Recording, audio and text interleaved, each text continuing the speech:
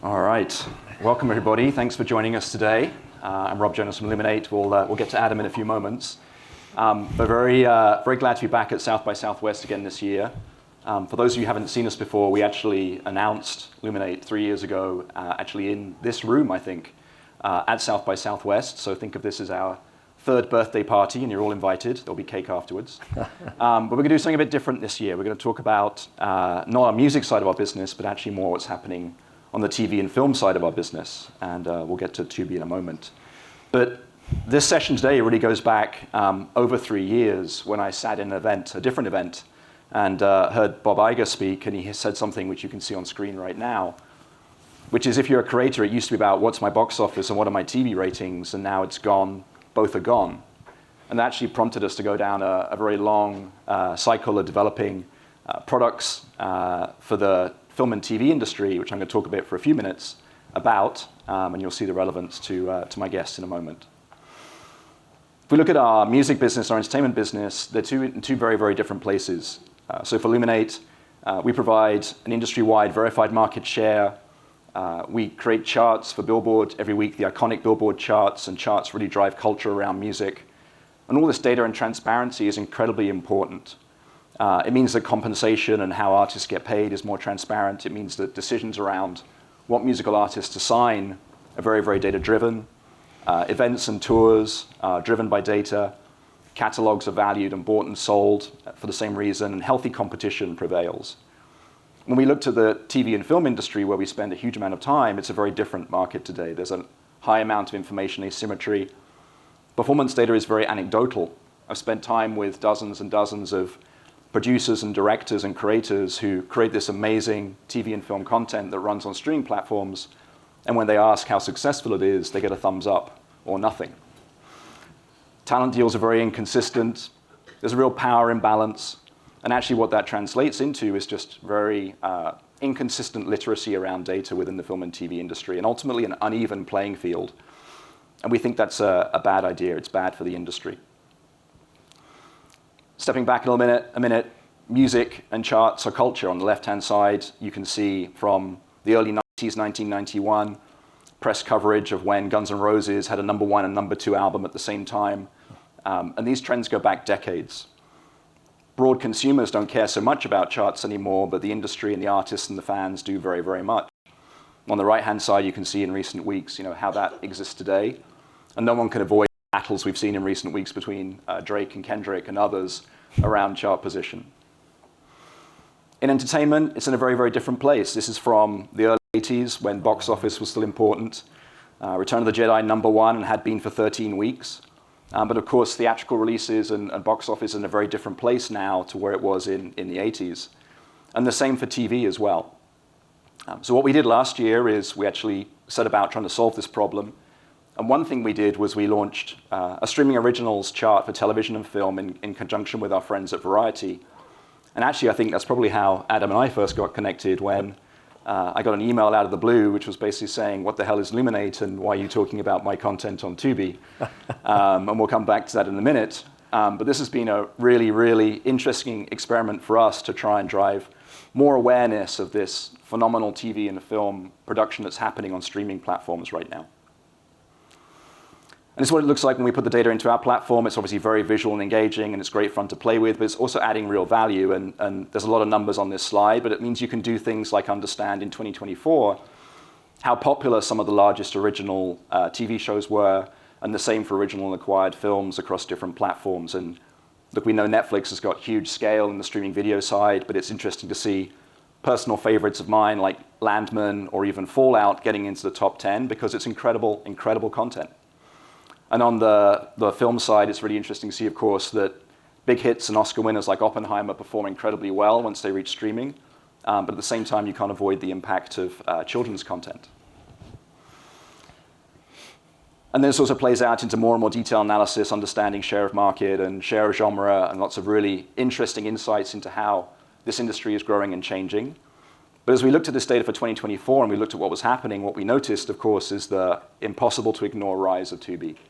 And quoting some of your numbers from 2024, obviously operating now at massive scale, close to 100 million monthly active users, 10 billion streaming hours in 2024.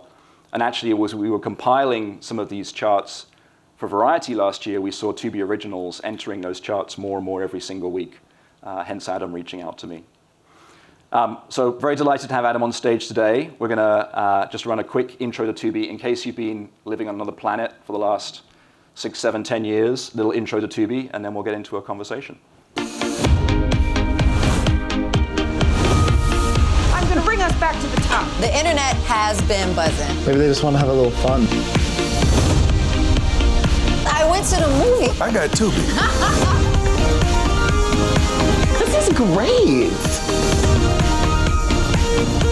So what's next?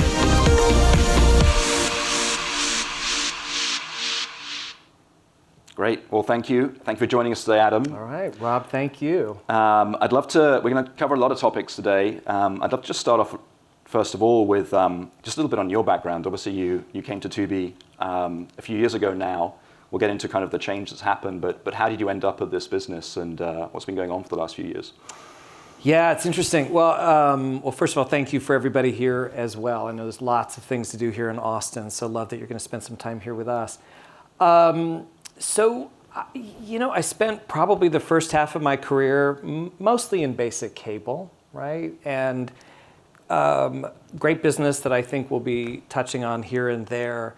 And at one moment, we saw things start to collapse. It was that moment where you just saw that inflection point, and we went, oh, got it, we're really screwed, right? Just the dynamics were starting to shift with streaming.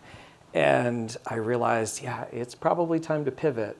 So I wound up going to Crackle. Does anybody here remember Crackle? I see some nodding heads. One hand raised, thank you. You're my favorite. I went there when it was still owned by Sony. And it was actually maybe the second streamer to launch after Netflix. They really got in very early, but it was way early for ad-supported streaming. And we did a lot of things right. We did a lot of things wrong. We had a bona fide hit with Comedians in Cars Getting Coffee with Jerry Seinfeld, great show. We had tremendous viewers who would come in and watch our content. But still, it wasn't turning into a business in the way that I'm sure we're going to talk about. And it was interesting, when I was there, we saw Tubi coming up in the rearview mirror back then. And we went, what is this Tubi? And one thing led to another. So, I mean, ultimately, just following the trend lines, I mean, certainly my career has followed that. And when I joined Tubi, and really when I joined Crackle as well, it was always with the belief of, if you think about television, right, and not just the television we grew up in, which is, the 3 to 5 broadcast networks, depending on when you grew up, plus basic cable. Television is really now streaming with some linear. And so it was really just a belief that the future of television viewing is going to be free, ad-supported, and on-demand. And it's taken a little bit of time, I think, given the rise of SVODs and all the money that's been spent and some really stellar engagement with viewers, obviously. And then, certainly over the past 2 or 3 years, we've really seen and we've been very grateful for it, the rise of Tubi. Yeah. There's been so much happening in streaming in general. You touched on that briefly over the last 10 years. Tell me a bit about sort of things you're thinking about now that perhaps you weren't thinking about early on at Tubi. What are the topics that are top of mind as you think about building the business? Oh boy. Well, early days, I was just trying to get the major studios to return my phone calls. That was fun. We got there. Early days, there was, let me say it this way, as a content person and not a technologist, early days, hyper-focused on, you got to make sure your ad server's working. It's a lot of basics, which are not so basic. Fortunately, Tubi started as a company called AdRise, which was an ad server, so we started out from the beginning with that tech. You have to figure out how to scale it. You have to figure out how to get to a place where, well, here to jump to today or recently, as you may know, we live streamed the Super Bowl this year, and being in a place where had confidence about live streaming the Super Bowl in an era where there's a lot of high-profile crashing and things like that going on. And clearly, we didn't want to do that for good reason. So I think to really frame, I mean, you're always going to worry about those kinds of things. Obviously, I'm in charge of content. I worry about various parts of content. I'm sure we'll get into that. I think if we pull back even further, really the toughest challenge right now is that we are in an attention economy. So you could say, who's my competitor? I could name the streamer, that streamer. But sure, true, but it's really bigger than that. We're all in this competition for eyeballs. And certainly if you're trying to attract younger demos, which we've been fortunate to do, there's a lot of viewership on TikTok and obviously YouTube and video games and all kinds of things. And ultimately, you've got to get that viewer's attention. So it goes sort of beyond your tech, it goes beyond your content. You really do need to reflect culture or sometimes amplify culture. You have to do things that are going to get people's attention. And it's also just a really fundamental understanding that how we grew up watching TV was a very limited number of choices and more of a monoculture where more or less we're all watching the same things. Go to the office, go to the water cooler. Oh, did you watch Friends? Why, yes, I watched Friends. Let's talk about that episode of Friends. And that doesn't really happen anymore unless you're talking about Super Bowl, right? Or to some extent, the Academy Awards. There are some big things. An election, I think people talked about the election. But once you get beyond that, viewership has just fractionalized. And I wish we had time, but if we went around the room and everyone said what they were watching right now, probably everybody's watching something different. Or even if people are watching the same thing, you're probably on a different episode. And so, we can talk about White Lotus, but if you're on episode 5 and I'm on episode 1, spoilers, right? So we've reached this place where just streaming has become such an individualized experience. And so part of the strategy with Tubi ultimately, and you may have heard us talk about rabbit holes, or we had a Super Bowl commercial with a creepy rabbit throwing people down these rabbit holes. But that is what we do. We identify these fandoms. We identify people who are very interested in something that may be narrow, like may be of interest to you, may be of interest to other people, but really just with an understanding, and we see it in our data all the time, it really is splintered and fractionalized. All the more reason why I did get excited when I started to see the Tubi originals tracking on when we were starting to hit the top 10 on the great Luminate charts, and I went, oh, like we're starting to really hit, fandoms don't necessarily need to be niche. They can be ginormous, is not really a word, but really large.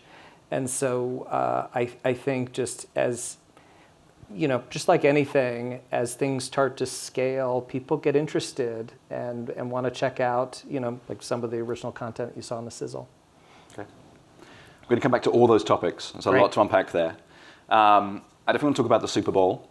Yeah. That was a huge event, and perhaps you can talk a little bit about Tubi's involvement this year. But I think also what's really interesting is, as we talked about before this session, just how you're able to attract a different kind of audience.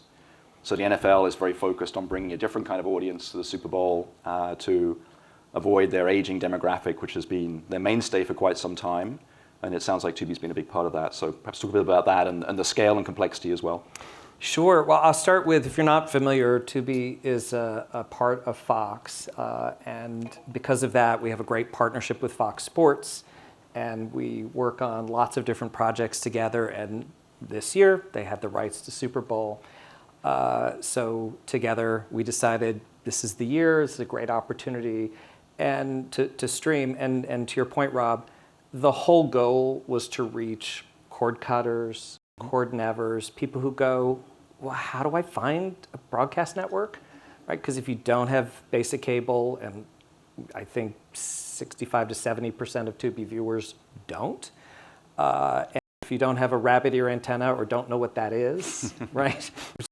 I mean, my kids have no idea what that means. It can be a little hard to find the Super Bowl, which sounds surprising. You can always go to a bar, they'll have it, right? But just people Googling and going, where can I watch the Super Bowl? Tubi. Oh, Tubi, I have that. It's free. Was really interesting. And what was interesting, of course, to Fox Sports and also to the NFL, as you mentioned, is our younger demos.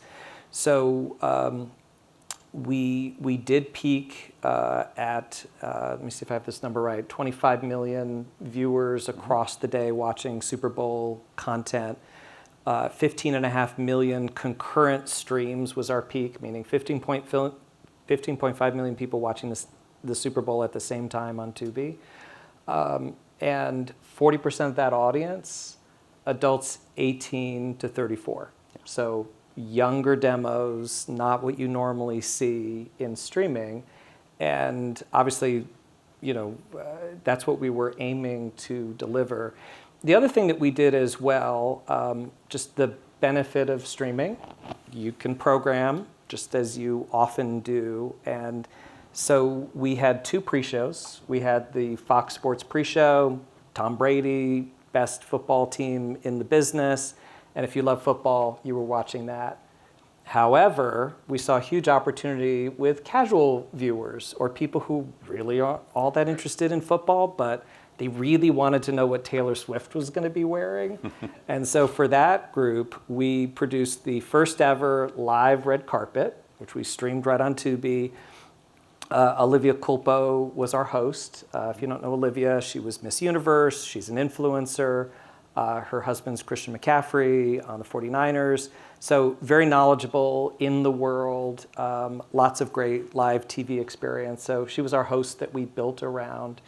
And we, gave her some correspondence in different areas, including an 11-year-old influencer, Kaylin Biggs, who, if you don't know her, she interviews celebrities and she's become quite a phenomenon. So we had her join us. And we wound up having a red carpet. And we had some of our talent there. Lauren Graham was there. You saw her in the sizzle from our show, The Z-Suite. We had a guy named Brendan Fraser there, Academy Award winner, who said that he had a secret Tubi project that he couldn't talk about. That's all I know. We had Mama Kelsey and just a tremendous group of people. And we talked about the culture and we talked about fashion and really just had a fun show with all of the youthful energy that we try to infuse in everything we do on Tubi. And that did great. And then finally, you watch the Super Bowl, you watch the post game, and after that, we did something, relatively traditional tactic in network television. In our live stream, we added the first episode of our new series, The Z-Suite, starring Lauren Graham, and got really tremendous engagement to that as well. What a great sampling opportunity to have millions of viewers check out your show for the first time and then, come back every Thursday and watch new episodes. So those are some of the things that we did to really take full advantage of the opportunity. But having said that, at the end of the day, we were delivering young, hard-to-get viewers who were incremental in large part to watching the Super Bowl. It's amazing. And as that viewer count was ticking up towards 15.5 million, at which point did you start holding your breath because you were worried about things or... the good news is I was producing the red carpet, so I wasn't paying any attention. I chose not to look at those numbers because they were going to make me nervous, but the CEO of Tubi Media Group, whom you know well, Paul Cheeseborough, he said, we got this, and I trust him implicitly. And if you don't know, the tech operation at Fox is really quite stellar. This is not the first year that they've live streamed the Super Bowl. It's just the first time that feed was on Tubi as opposed to a different app. Yeah. Other sports content you're looking at, different at the scale, WWE Evolve, I think, launched last week. Maybe just touch on that for a couple of minutes. Like a very, very different proposition. Very different. I don't want to ruin your childhood, Rob, but WWE is actually scripted entertainment. Sorry if I messed anything up for you guys. Hisses? No. WWE really reflects what we call sports culture. So, technically it's not really a sport. You can't bet on it. At least I don't think you should, right? Because the outcome is predetermined. But having said that, the narrative, the storylines, the characters, the athleticisms, sometimes the injuries are quite real. And they approached us with a show that really reflected Tubi, which was sort of the development league for the WWE. They have this thing called NXT that was their development league, but it's gotten so big that sometimes Dwayne Johnson's on it. And so they realized, okay, that got kind of big. Let's go down to the roots. Let's find who's the next generation of professional wrestlers, male and female, younger, diverse, really reflecting the audience that we deliver on Tubi. So they produced a great show. First episode aired on Wednesday.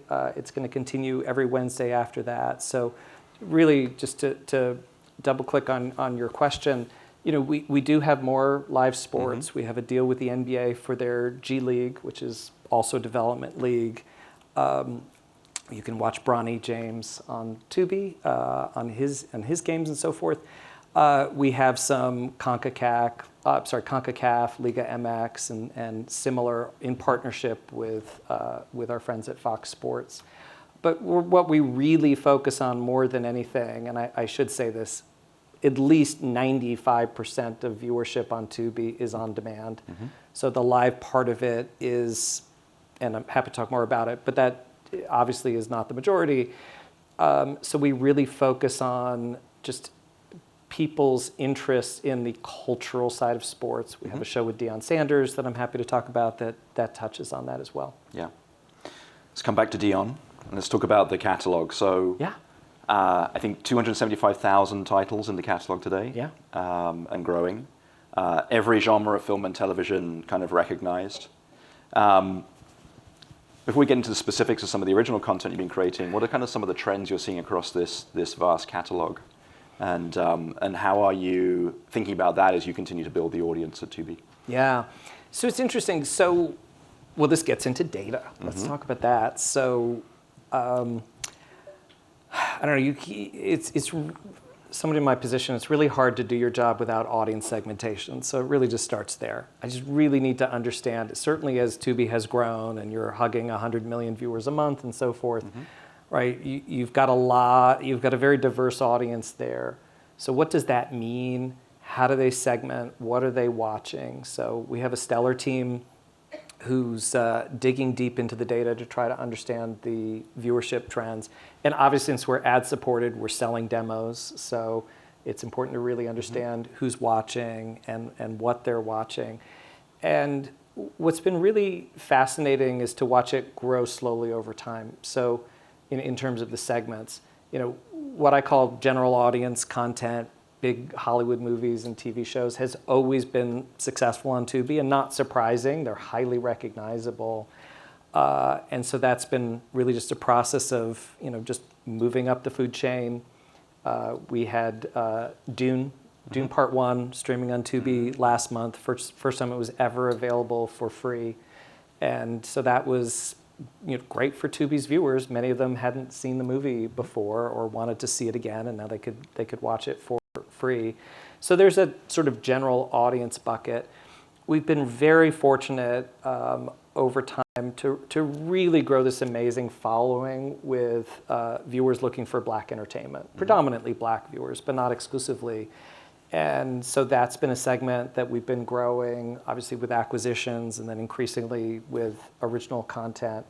Horror has always been a really hot category for Tubi. We have viewers, all they want to watch is horror. I don't know if I want to meet these people in person. No, I'm kidding. I actually have met a lot of these people, and they're lovely. They just love horror. And so you want to go down that rabbit hole, you go deep down that rabbit hole. We have viewers who want to watch true crime. But it's interesting, and there's others. But I will say, as much as you segment audiences, there's always things that are going to cross over and surprise you. Sometimes by design, sometimes just happy accident. But I will give you one example, and it was in Sizzle. We have a movie that we did last November called Sidelined, The QB and Me. Anybody here know who Noah Beck is? We have, I hope you know Shauna, we work together.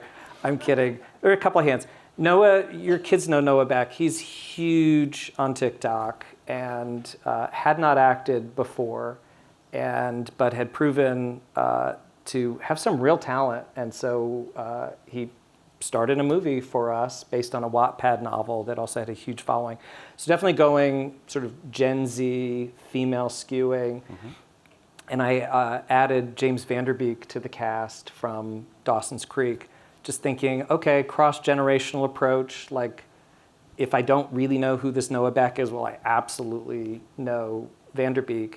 And that cross-generational approach really worked. So that movie was a big hit. We're actually today, first day of filming for the sequel, Sideline 2.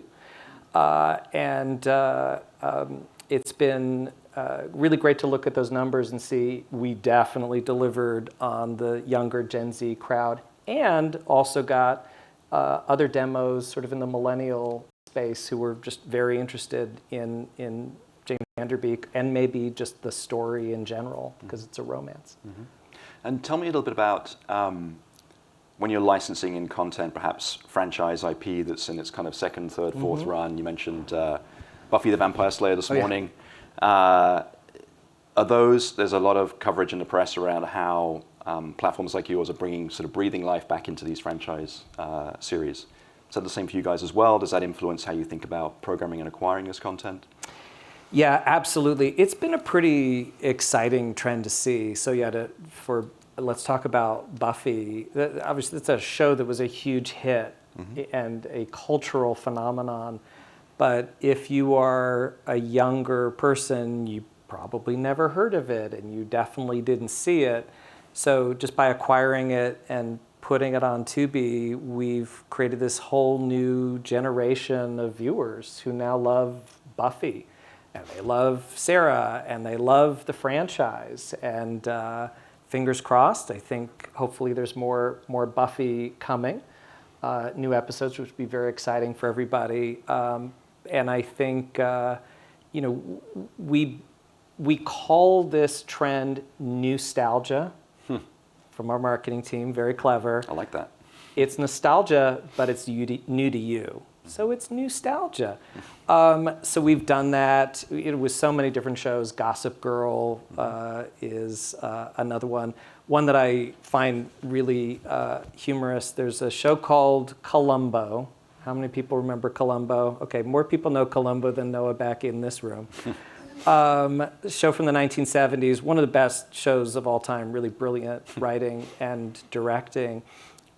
And as soon as when I went to buy it, my team said, "What is this and why are you buying it?" And I said, "Trust me, people will watch it."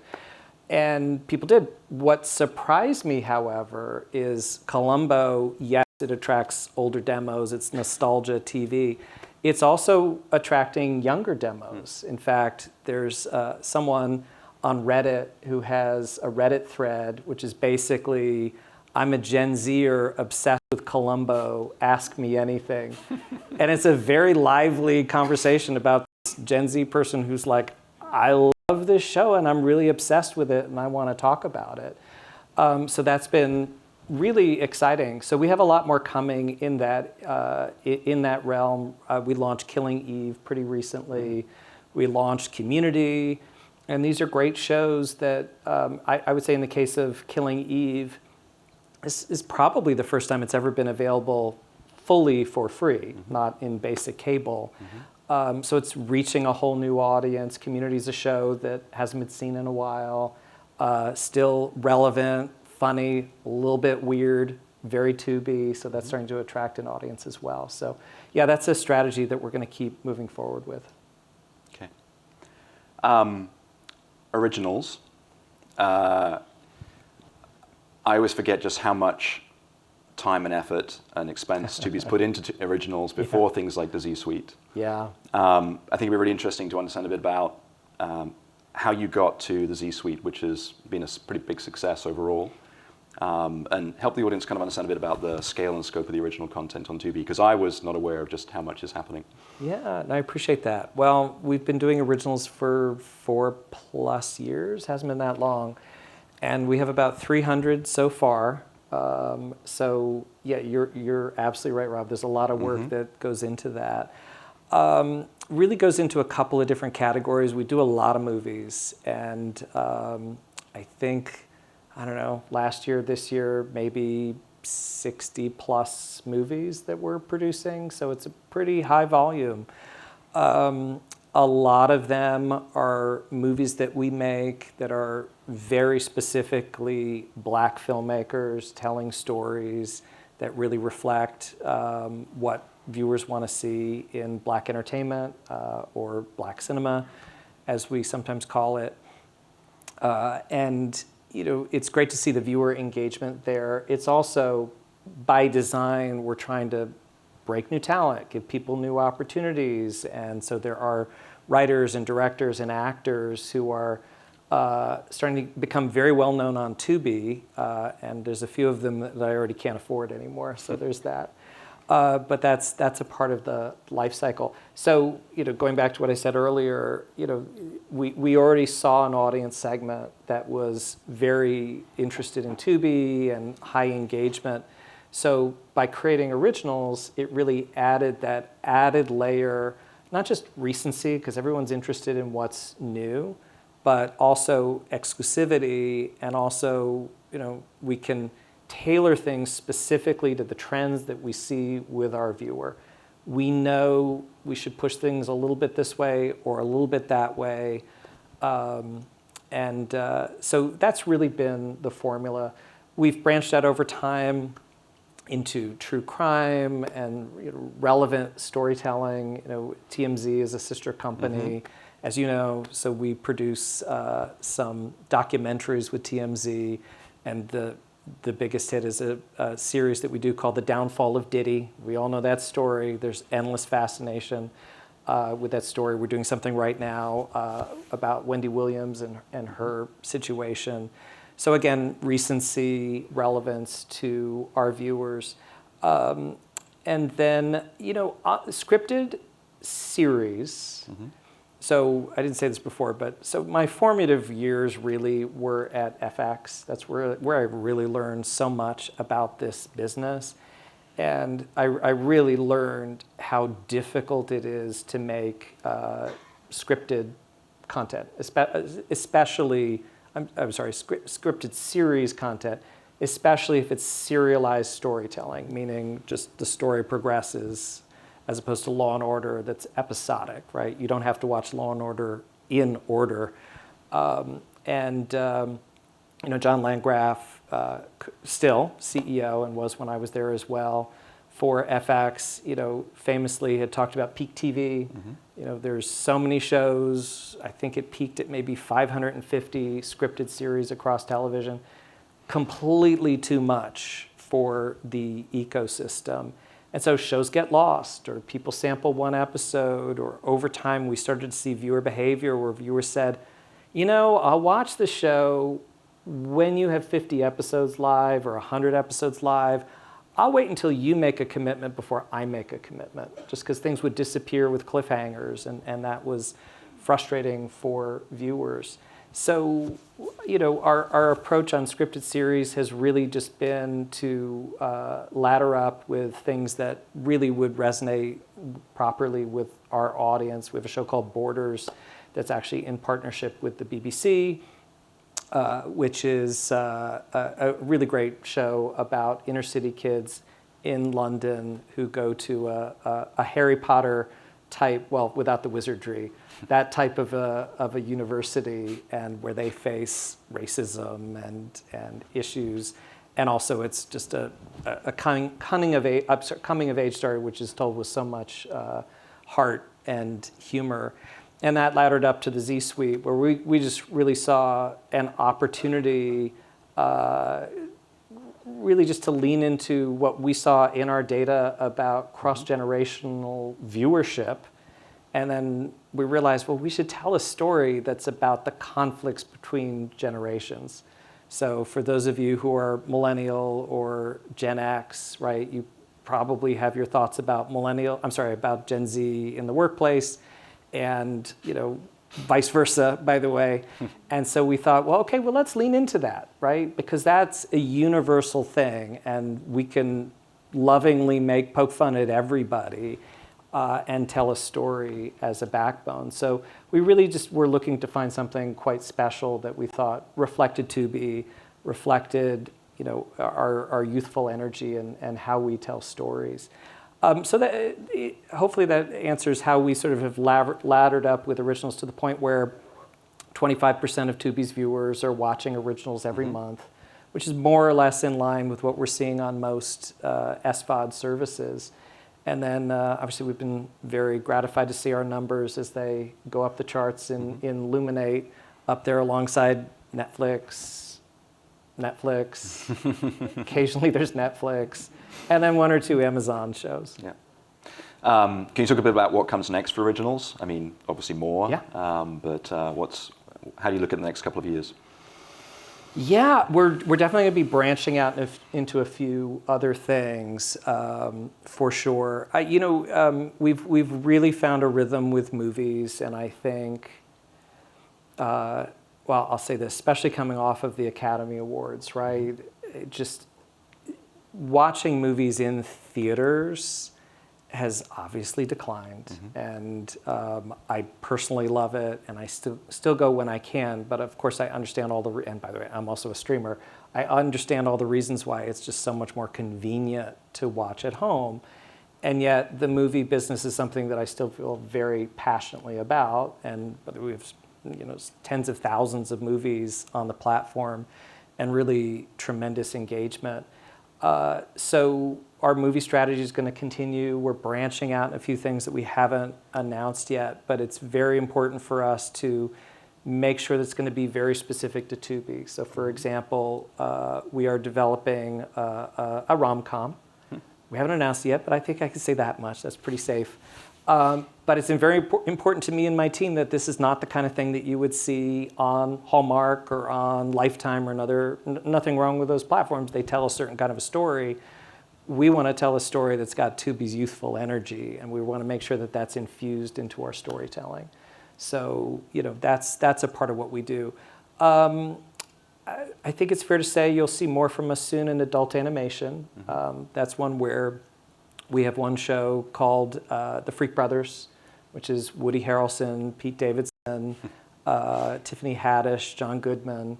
And we've done well with that show, and we certainly have a lot of acquired adult animated content that's doing well.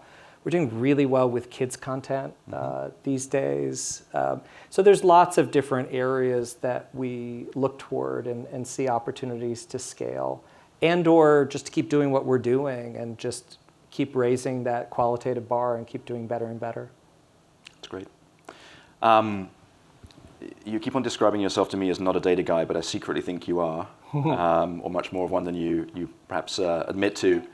Tell me about how data is used pervasively within Tubi. How does it impact how you think about competitors where you have visibility, how you think about programming, or even just layering up to kind of decision-making in the business overall? Yeah. So Rob, confession, I'm a data nerd. It's completely true.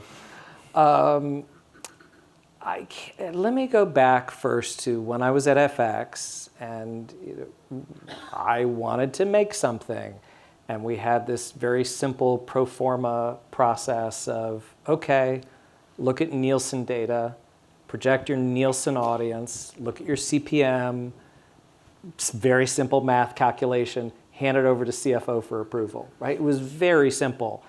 And when I would look at the numbers, I would look at Nielsen, and that was the currency, right? That was pretty much it. And for certainly when we had series, I would look at the minute by minute, because you can kind of see it. Are we ticking up or are we ticking down?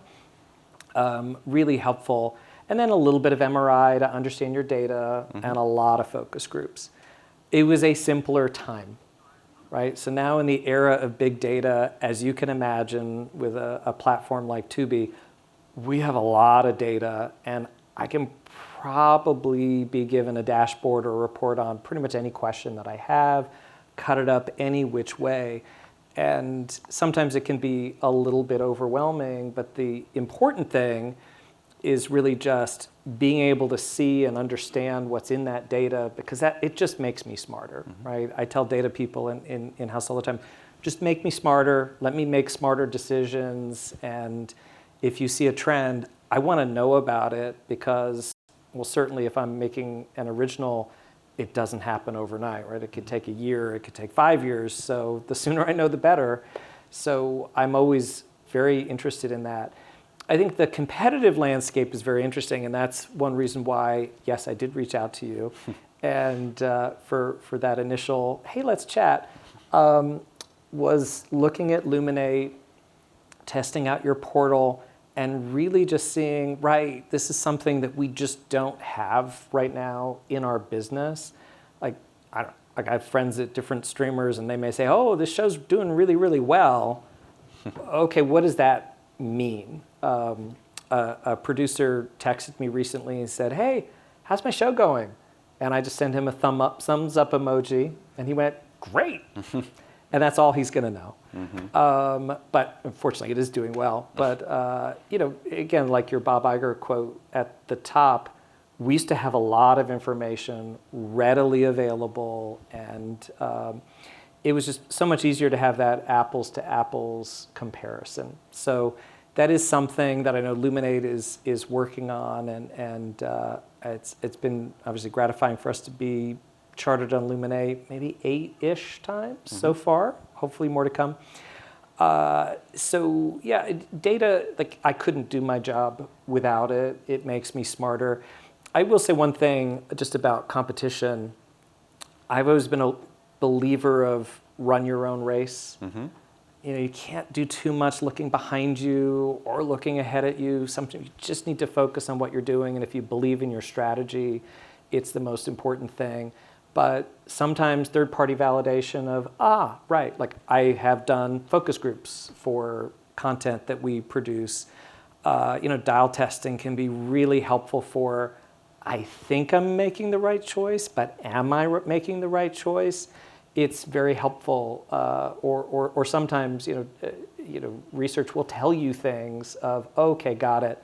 Maybe I'm not being clear, maybe I'm not communicating properly, or oof, if I do this, this is really risky. And sometimes you want to take those leaps, right? But data can only make you smarter. Yeah. And one thing we think about a lot is the definition of success has changed dramatically, right? So there's so much data available, you can look at things in very different ways. If you look back over your time in the industry, has that definition of success changed? And how at Tubi do you think of something as being successful today? Yeah, well, it's actually pretty straightforward at Tubi. So, as you know, we're free. We make money by firing ads. And if we don't fire the ads, we don't make the money. So it's very different than an SVOD where you got the credit card. And then they try to get you to watch ads as well. Right. So, with Tubi, it's all about consumption. That's it. So if we make a movie, I'm looking at the total number of viewers that we're getting. I'm also looking at how many hours, hopefully hundreds of thousands or millions of hours that these viewers are watching. And that draws obviously a direct correlation to the money that we're making. But, overarchingly, the money follows based on your audience. It's really just, am I engaging this audience properly?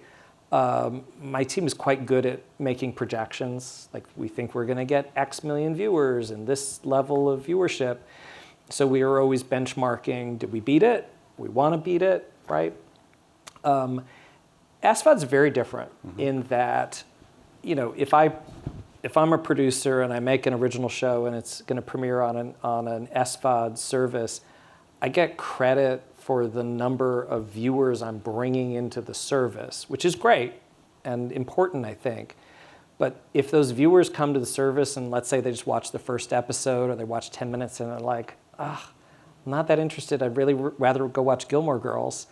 Okay, you still get credit for bringing people in, but are viewers engaging in that content, right? And at the end of the day, producers and talent for sure, they just want to know that human beings are actually watching their content.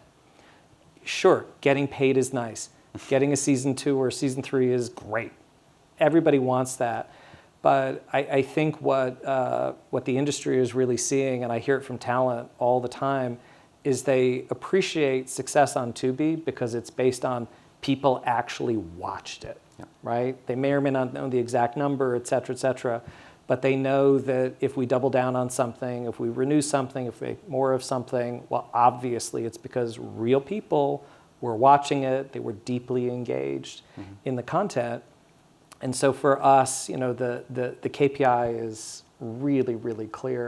I will say it's tough though for, I hear this all the time from agents and managers and producers of just, it used to be simpler. They know what success looked like, and now you don't really know.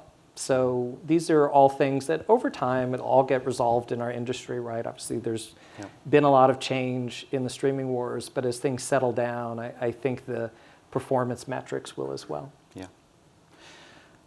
You mentioned your buddy calling you up and asking you how his show is performing on Tubi, and you gave him a thumbs up. What's your view on whether content creators, the content community, should understand how this content performs on these platforms? There's pros and cons. Yeah, there is. Well, I'll say this. And I've always done this. I think there's the creative lens and there's the business lens.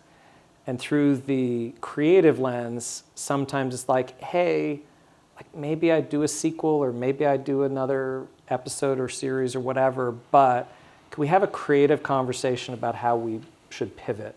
Because either we see in data or, these days we do social listening, you see what people are saying, you look at Rotten Tomatoes, you look at critic reviews, and we may say, okay, we really nailed this, we missed this thing, and here's some of the reasons why, or focus groups told us this. So yeah, let's make more, but can we pivot? Can we focus on this? Can we focus on that? Sometimes it's like, oh, supporting character so-and-so just took off like a rocket ship. So their part's gonna get bigger.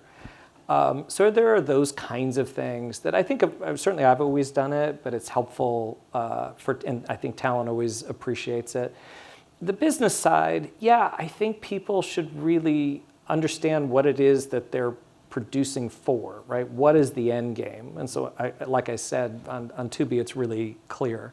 We're really just going for audience engagement. That's the most important thing. Sometimes, the goal is, hey, let's win awards, which is great. I've tried. Sometimes you win, sometimes you lose, but that can be a different goal. It's let's see.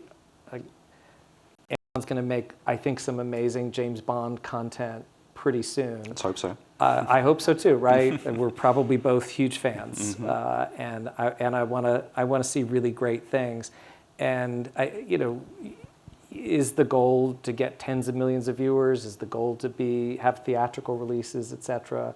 I think knowing that up front can inform choices. If I was producing James Bond, and by the way, I wish I was, we could do it together. We could pick the next James Bond. I want to know what I'm optimizing for, right? And if I'm optimizing for a big screen experience and I want to make, $500 million at the box office, I want to focus on that. If I'm looking for something that I know is going to be consumed on the smaller screen at home, I may focus a bit differently. So these are the kinds of things where it's just, if everybody's rowing the boat in the same direction, right, you're more likely to reach your destination. We're running out of time, but a couple of other quick topics. So obviously at Luminate, we spend a huge amount of time in the music industry. Tubi is a bit of a sleeping giant in terms of music documentaries.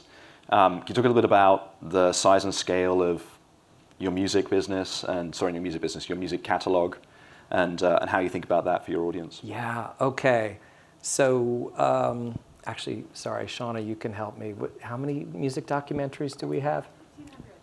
1,500 music documentaries on Tubi. Thank you. So it's a huge number. That's why I can't keep track. There's so many.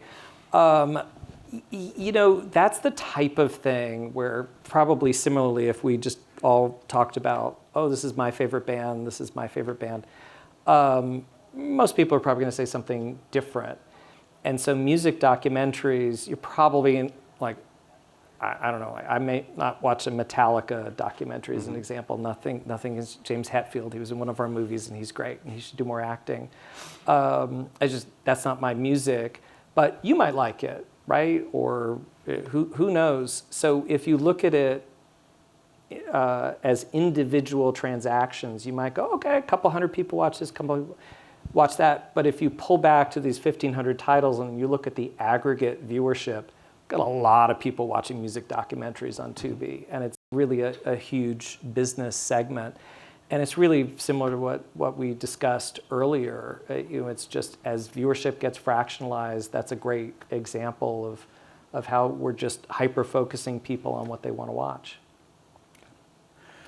All right, last question for you, and it's a big one. What are you most excited about for this business and for streaming over the next few years? And tell us a bit about why. Oh boy, the most exciting thing. Well, I'll say something that's on the business side, which is streaming still has not gotten its fair share of ad revenue, but the trend lines are all going in the right direction. Upfront presentations and so forth, still a key part of our business every May, so that's coming up very, very, very soon. And increasingly, I think you're going to see Tubi get more and more of its share of wallet. I think we're going to continue to see the trend line of free streaming really start to establish itself as not just a piece of the streaming landscape, but really core. Because if you go back to the history of television has always been predominantly free and ad supported, and the pay model, old school HBO, Showtime was 5 to 10% of that ecosystem. And perceptions have changed with the rise of SVOD, but the reality is, including obviously all of linear, it's still free and ad supported. So Tubi is the number 3 streamer in ad minutes streamed. So YouTube, Amazon, then Tubi. Hopefully we'll keep growing. Obviously that's the goal. I'd say another trend line to keep an eye on is just how lines blur between the creator economy and traditional Hollywood. TikTok and YouTube, they're churning out talent and giving them a platform in a world where it's harder and harder for these people to get an opportunity in Hollywood, right? So that's where for us, we work with Noah Beck. For us, we have a project called Stubios, where we've worked with some creators and we've put them in long form content, and my team's working closely with them to really just take the essence of what they do so well on TikTok or Insta or wherever their audience is and really amplify it. I think that's going to be obviously a big continuing trend. And I'll say the last thing too is, we're out of this era of peak TV. I think increasingly we're going to see that this is an era of niche TV where people are watching what they want to watch. And the total minutes and the total hours, it's going to keep going up. People are going to get deeper and deeper engaged. It's really just going to be more narrow in terms of audience appeal for certain things. And then obviously on the production side, we have to realize that if you're going to produce something that's going to reach 1 million viewers, you're going to spend less than something that's going to reach 100 million viewers, right? Which sounds simple, but doesn't always happen. And I think, certainly for Tubi, where we have this massive library and stellar personalization, and ultimately the goal is engagement, I think increasingly seeing that originals that can be huge, enormous hits. We have a last case we're out of time. We have a franchise that originally was called The Stepmother, and then we skewed it younger, and now it's The Stepdaughter. This is a huge franchise on Tubi, and I'm going to guess that probably no one in this room has heard about it, which is okay. It doesn't hurt my feelings. It's just because this is not content that's relevant for you, but for the community who loves it, they love it, and they watch a lot of it, and they want to watch more. I think that so much of this is going to be the future of television viewing, and it's an exciting time, right? Where it's really, at the end of the day, it's just about engagement. Adam, thank you so much. We got through a third of our questions, but really enjoyed having you on stage today. Thank you. All right. Rob, thank you. Thanks, everybody. Appreciate it.